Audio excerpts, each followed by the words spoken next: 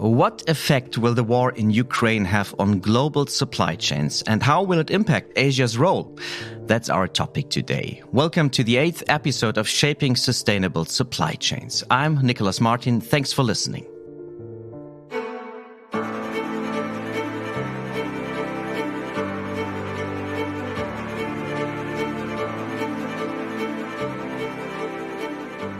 What role will Asia play in global supply chains after the pandemic? We really wanted to talk about this at the end of February, but shortly before the scheduled recording, Russia's invasion of Ukraine changed the picture completely.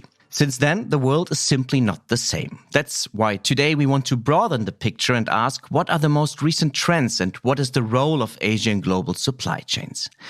I'm very happy to be joined today by Svenja Falk and Ruiz Hernanz from Accenture Research. Svenja Falk is the managing director at Accenture Research, where she oversees market trend studies and is the brain behind strategic decisions. Good to have you on the show, Svenja. Yeah, thank you very much for having me, and good afternoon from Berlin.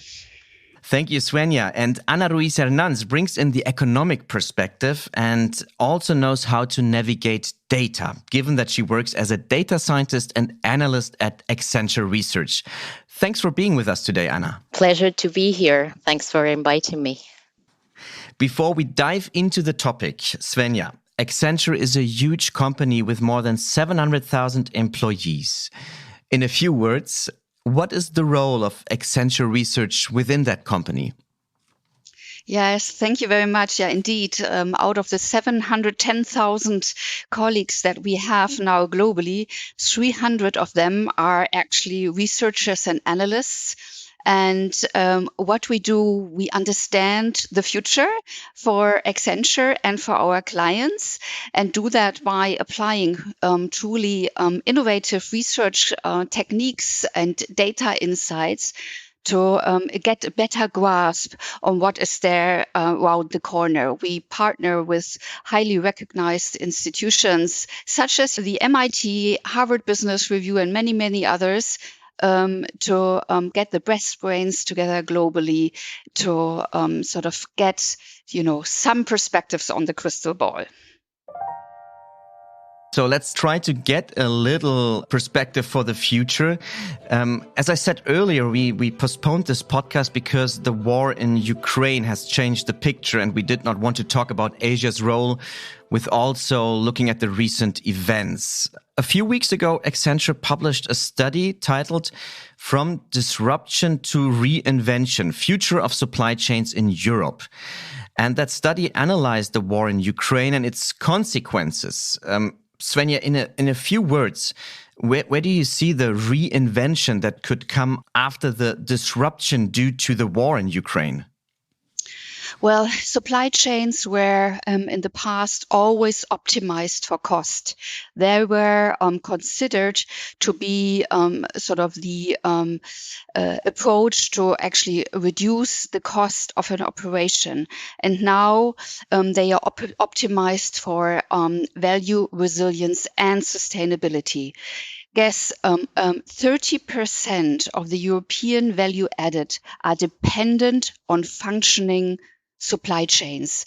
So that's enormous. And I think in industry and in policy circles, it has become clear that sort of getting the supply chains right is a very important prerequisite for economic prosperity and sustainability. And everybody now looks at ways to make supply chains more transparent, more integrated, and more sustainable to not only achieve the economic aspirations, but certainly also the desires associated with the UN SDGs to reduce carbon footprint in the world, as well as all the social goals that are in there as well. So you would say the Ukraine war was a wake-up call in that sense? Absolutely, yes. It was a wake-up call in a wake-up call.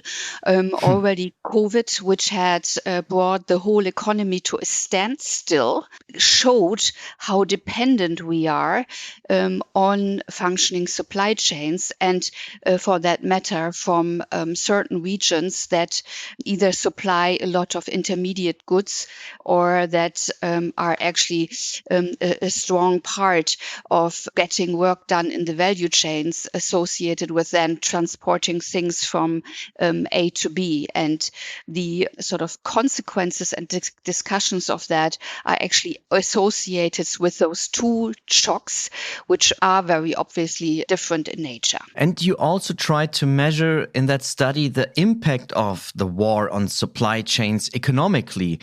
Anna, there are two different scenarios that are realistic. Could you explain on that? Yeah, so that's right. We tried to quantify the impact of supply chain disruptions on European GDP.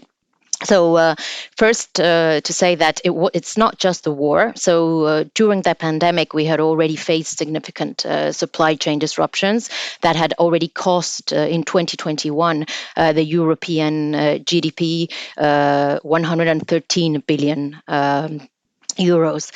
However, we did expect that before the Russian and Ukraine conflict started, we did expect some kind of normalization during this year 2022, or in some cases for very specific products in 2023.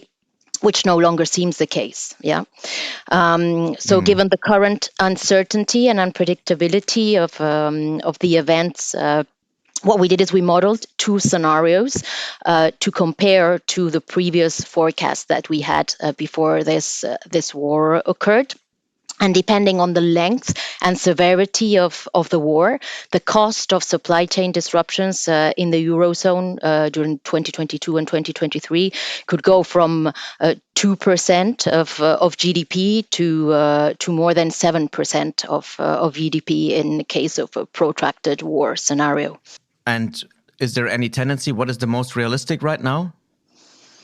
So we have what we call we actually modeled three scenarios. One was a short war, which is no longer the case. And we have what we call the ongoing scenario, which is the current situation.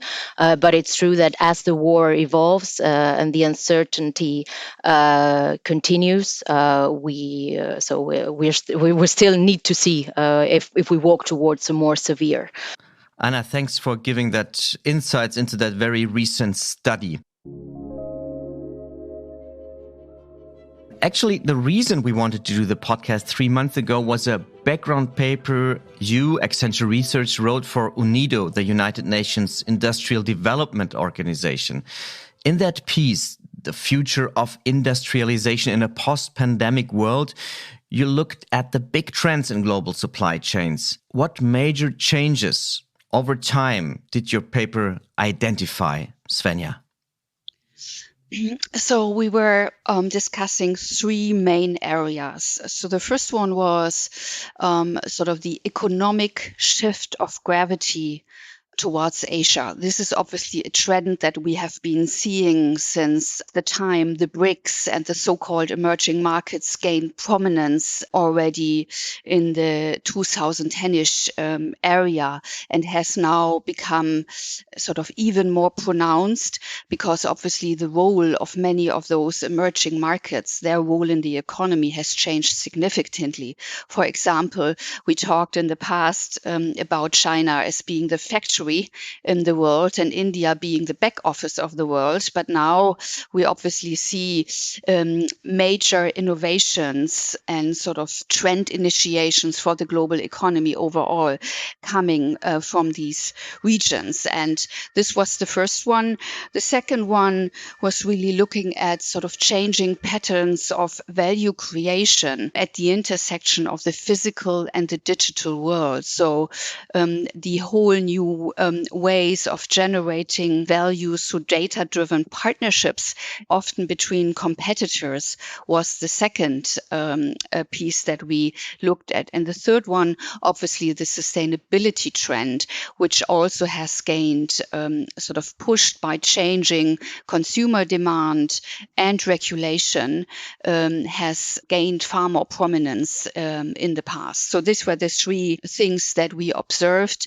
And one of the major changes that we saw actually since 2016, I would say, very pronounced, was that sort of this trend of ongoing global integration, continued globalization, some economists have called it hyperglobalization, has somewhat stalled for various reasons that we will come to, I guess, throughout the conversation today. Okay, thank you, Svenja. You said at the beginning, Accenture always aims to be very innovative, looking at the research methods. In this background paper, what was the most important data that supported the paper, Anna? So I would say that there were two very powerful, let's say, data assets that we created to shed some light into these three trends that into two of those three trends that Svenja has just described. So the first one was trying to inform the shift of this supplier network towards Asia. And the second one was around sustainability practices, and how these sustainability practices are propagated along the supply chains, And what I would say, so the importance of our data is that it's basically informing macroeconomic trends at a micro level and more specifically at a company level. So it's enriching and complementing like aggregated macro data by adding another layer of information around this international supply chain networks. And just to say that I think one of the important features of our data is also that it's high frequency data. So it could help inform policies almost in real time. So all the data assets that we leveraged are compiled by scanning and systematizing publicly available information through data science techniques. And so they provide timely information that can be used for nowcasting. It can also be used so in uncertain context to have a better understanding of the current situation. And what I think it's also very interesting for developing countries, I think it has enormous potential where there can be a lack of or incomplete data, and or delayed data, let's say. But what advantages do companies have to be part of the generation of the information? I would say that transparency is one of the key topics, especially when we analyze supply chains. So generally, visibility after direct suppliers, after tier one suppliers, it's very, so generally companies do not have visibility further away than their direct suppliers. So probably just increasing visibility and being able, that will help manage supply chains. So there's value for the companies. In that background paper, you wrote that with China's inclusion in the World Trade Organization, you already mentioned that, Svenja, in 2001, the global centers of economic gravity shifted towards Asia. You said no more the workbench, no more the fabric, India, as you mentioned. This whole thing was also obviously driven by rapid Chinese economic growth. So when we look again at the situation you analyzed, how much of Asia's dynamism comes from inside, for instance, growing production networks in Asia, and how much is coming from the outside, meaning companies from other regions outsourcing to Asia, like Germany, for instance? First of all, I would say that both of them have been very dynamic. So if we have a look at the number of relationships between Asian suppliers and their, basically the group of greatest 2,000 companies, which was our sample. So these relationships have multiplied by more than 5 during the last 10 years. But that said, to a higher extent, dynamism has been growing from within, because basically, if we have a look at relationships and how they've grown within Asian companies, it's like 6.5 times higher versus 5 times more. Yeah, so both of them have been increasing very strongly, but probably the dynamism within has been higher in the last decade. Svenja, you want to add on that? Yeah, maybe it would be interesting to take a little historic perspective on sourcing trends overall. They actually started with the main ambition of labor arbitrage. So that was the first sort of trend where, when we still had the factory and the workbench, and then increasingly became sort of driven by the ambition to have a market or enter foreign markets with the products and services that the companies had to provide. So we had, I would say, between 2004, 2005, tremendous activities of companies going in external markets to set up shop there. And then came sort of the observation that those countries are also very important hubs for innovation, rather than only sort of labor sourcing or the markets for products. And now what we are seeing now is that these trends are now questioned or getting revisited due to this mix of geopolitical and also economic trends that we are seeing at the moment.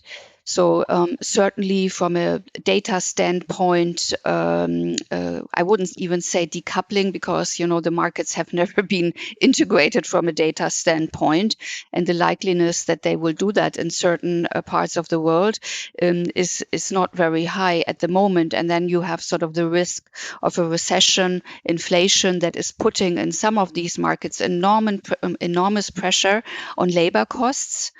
And then obviously, due to what we saw during COVID and now with the war, that companies are concerned of putting all their eggs in one basket, meaning that they limit the number of countries that they source from or export to. And after sort of a long time where centralization of activities was the main mantra, now it's about diversification, and which is one of the key prerequisite for resilience in business operations and supply chains at the same time. Svenja, let me ask you one more thing. You just mentioned something that sounded to me very interesting. You said from a data standpoint, the countries were never interconnected? That's correct. So but does this mean that globalization actually didn't happen?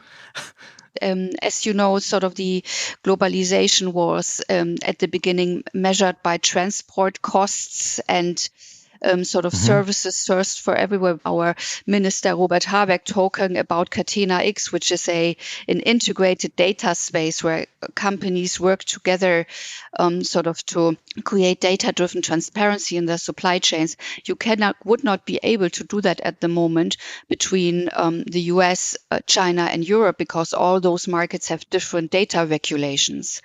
So the moment the data regulations came into existence, they were not harmonized. And in many countries, they are still considered under discussion in development. And the likeliness that we will have a global regime that would enable data-driven value creation independent of national borders is not on the horizon at this stage. Something you are aiming for, because this would improve your skills to analyze supply chains, right?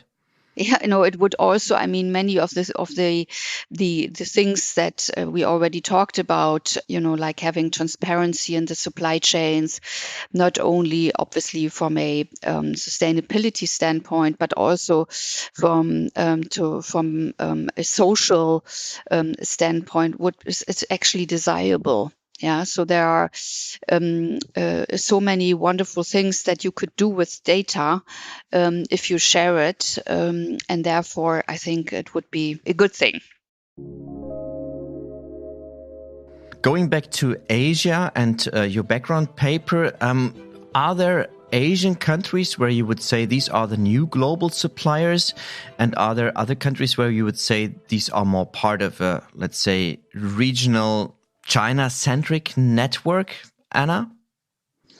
Well, yes. So our data shows that there are countries like, for instance, South Korea, where they're predominantly led by Asian networks. And you will see others like, for instance, Singapore or the Philippines that are more kind of global suppliers. That said, I think two important trends that we did see is that all Asian suppliers have increased their share of links to Asian. If we have a look at the global 2000 just for Asia. And also, I think that because we talk a lot about the role of China, but Japan has also been a great activator in the region. It's true that during the last decade, it has lost, let's say, participation versus China, but it has been also a great activator for the region. And if we look at specific sectors in their supply chains, are there sectors that are heavily driven from within Asia and others that rely more on non-Asian countries, like from outsourcing? So basically, when we had a look at the countries, probably great part of what you of why they are more global or Asian driven is exactly because of their economic structure, because of the sectors that are predominant in the country, So what we see is for as you were saying, so countries like Korea, where maybe it's electronic equipment or machinery that are sectors that where Asian suppliers have increased their share in terms of supplies to the greatest 2,000 companies, and other sectors, let's say, where it's more like services, where you would see sectors like health, for instance, where it's more locally driven and where the pattern of supplying from Asia has been quite minor.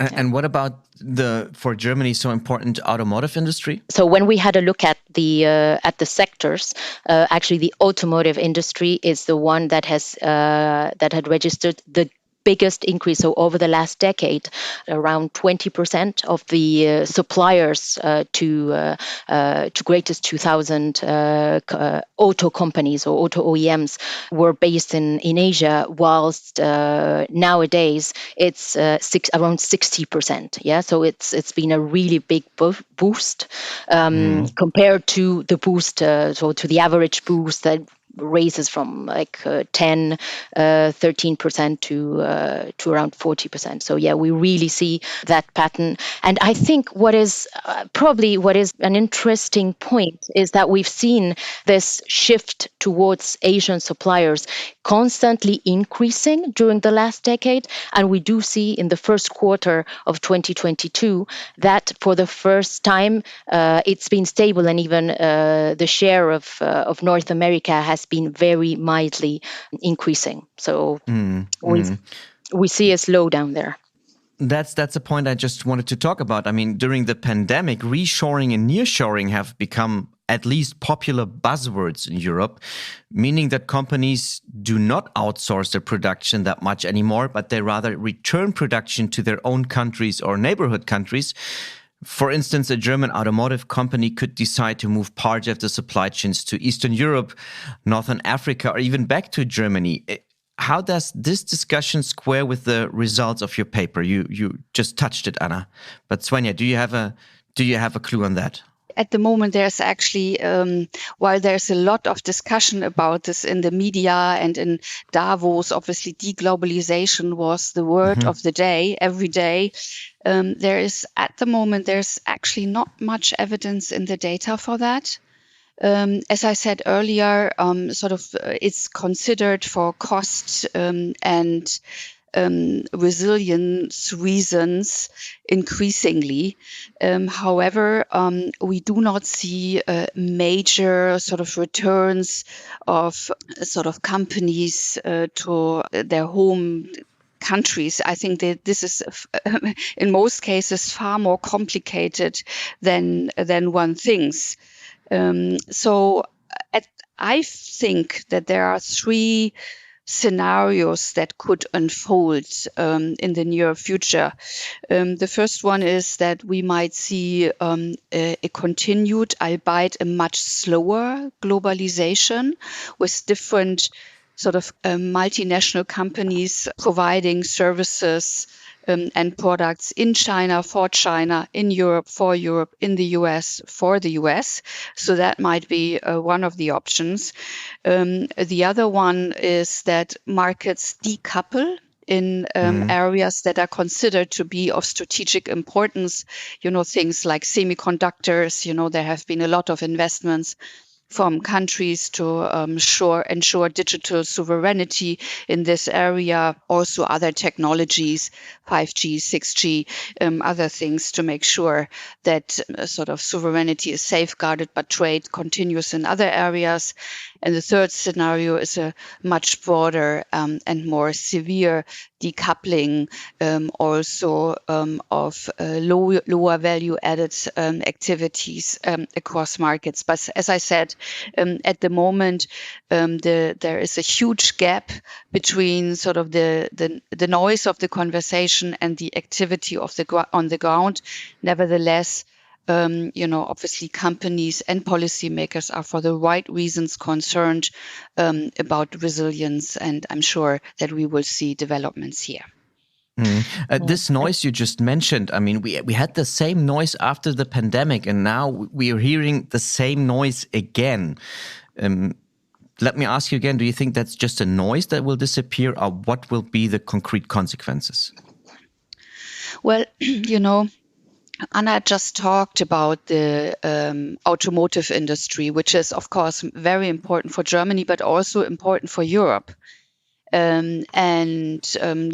Countries like France or Italy have substantial operations in these industries. 80% of the growth of the automotive industry in Europe comes from outside Europe. So it is, very important that countries in these industries are not closing up. It would be a major and substantial disruption of these industries, which play, especially the manufacturing industries, play a huge and important role from an employment standpoint, from an innovation standpoint. The majority of patents are coming from sort of the manufacturing sectors.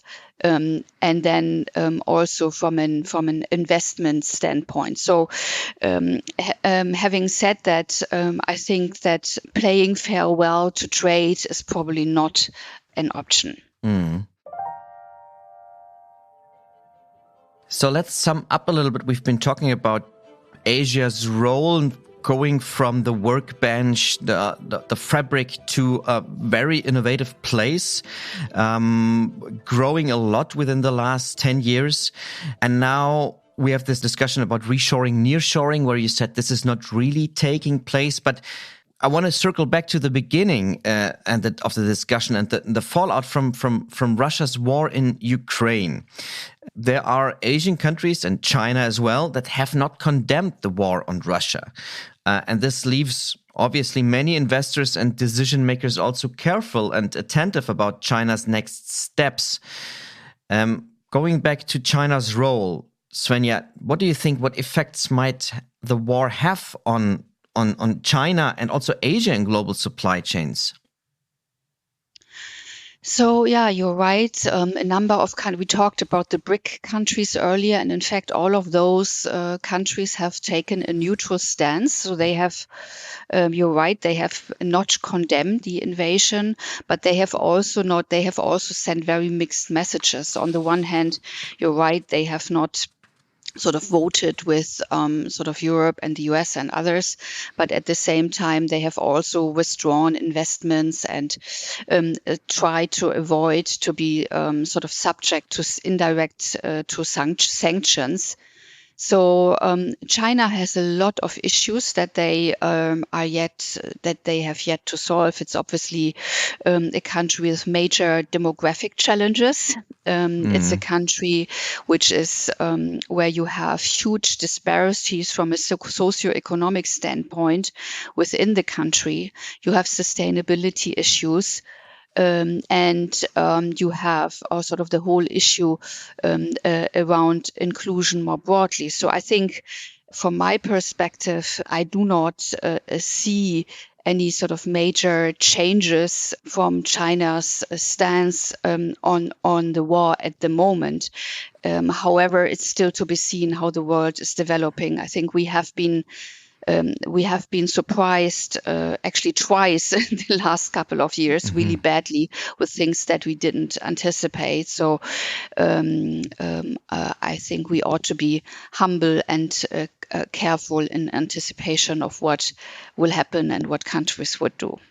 Anna, you touched it before, I think. Is there any data that shows a trend that companies are, after the war, reluctant to outsource?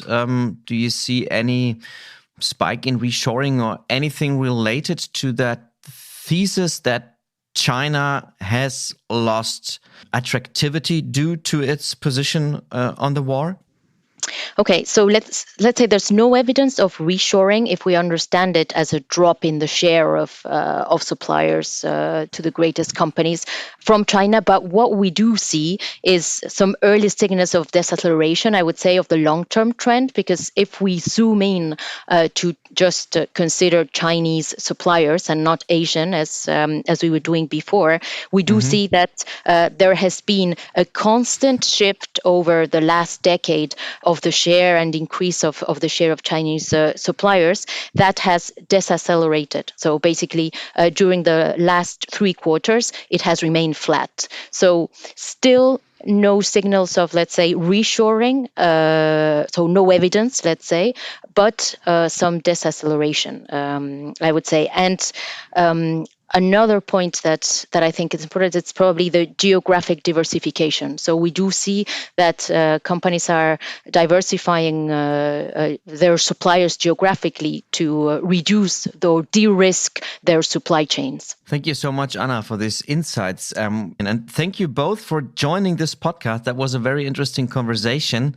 And this was our 8th episode of Shaping Sustainable Supply Chains. Today, our topic was Asia's global supply chains caught between war and pandemic.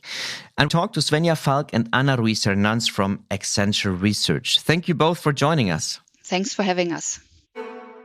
We will be back in a few weeks from now with our podcast number 9. I'm Nicolas Martin. Thanks for listening. Goodbye and be safe.